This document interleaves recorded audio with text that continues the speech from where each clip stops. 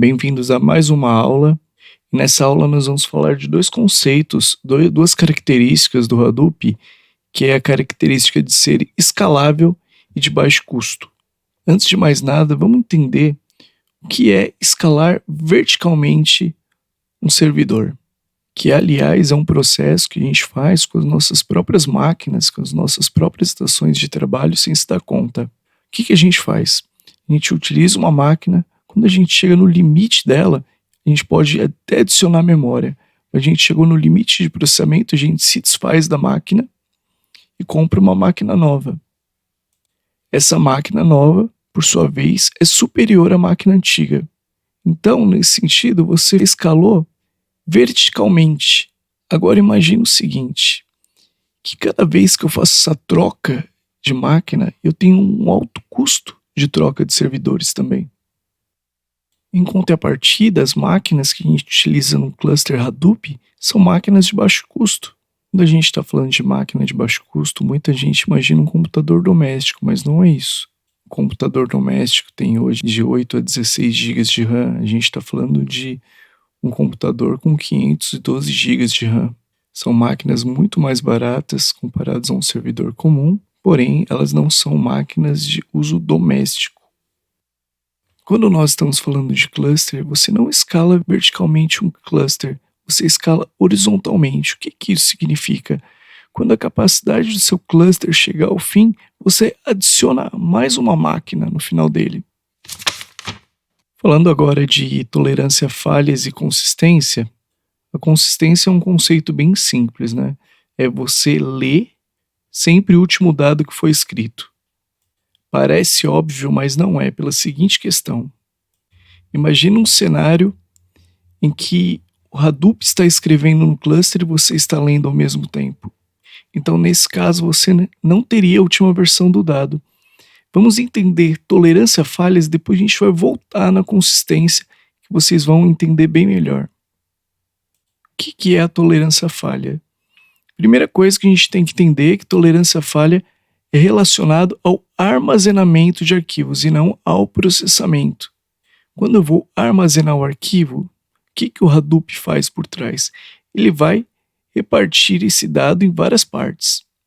Bom, quando ele reparte esses dados, ele vai gravar em várias máquinas.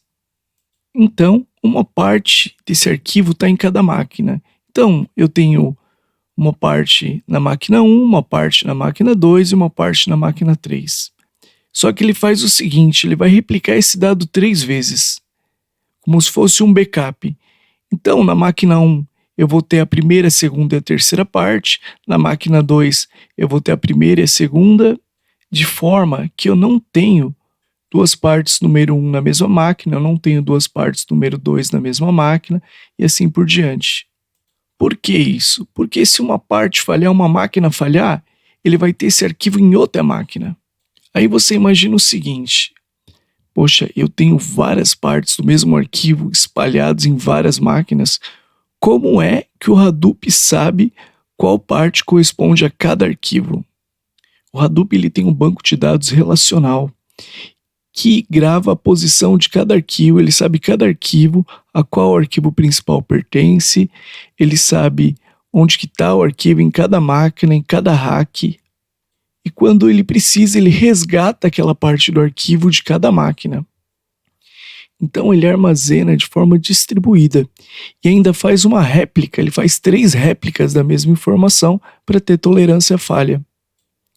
E muitas vezes a gente ouve a pergunta, peraí, mas isso não fica muito caro? Eu replico o arquivo 3 vezes. Bom, hoje o custo de storage é muito baixo. Em 40 anos ele reduziu 130 milhões de vezes.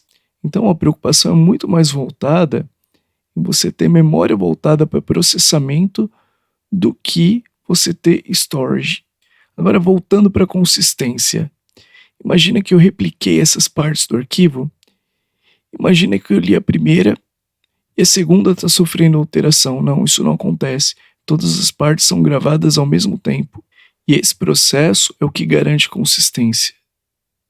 Agora que você já entendeu as características do Hadoop, vamos falar um pouquinho mais de arquitetura do Hadoop. Vamos falar agora de arquitetura de um cluster Hadoop. E é importante a gente entender a primeira coisa que é um cluster, com mais detalhes. O cluster é o conjunto de máquinas interligadas numa rede com a finalidade de armazenar ou processar uma informação de uma forma distribuída.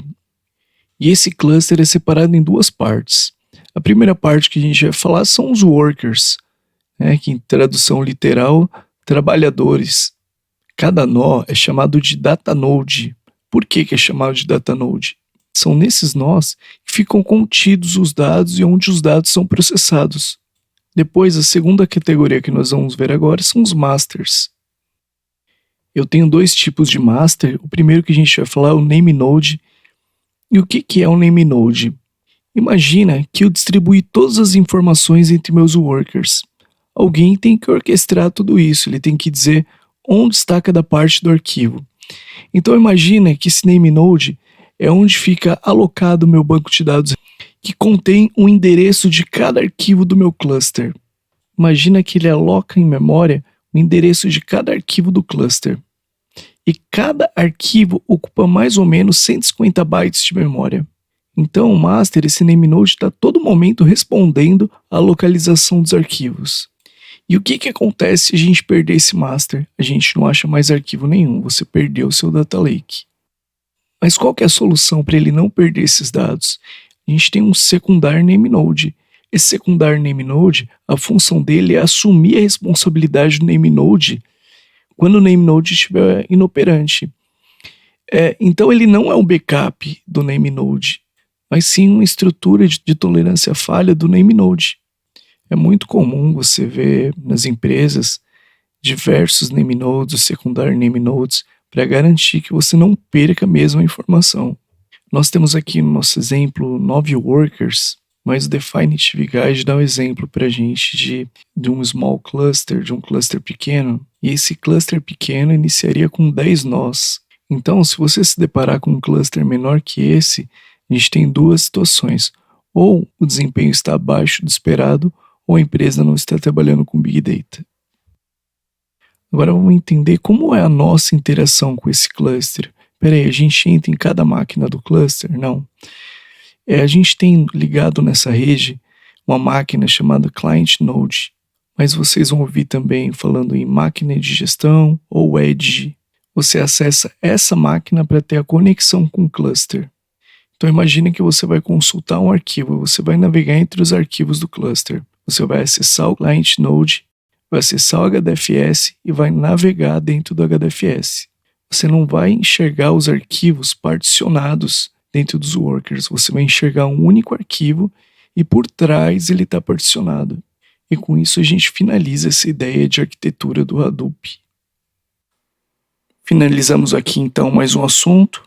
Eu vejo vocês no próximo vídeo.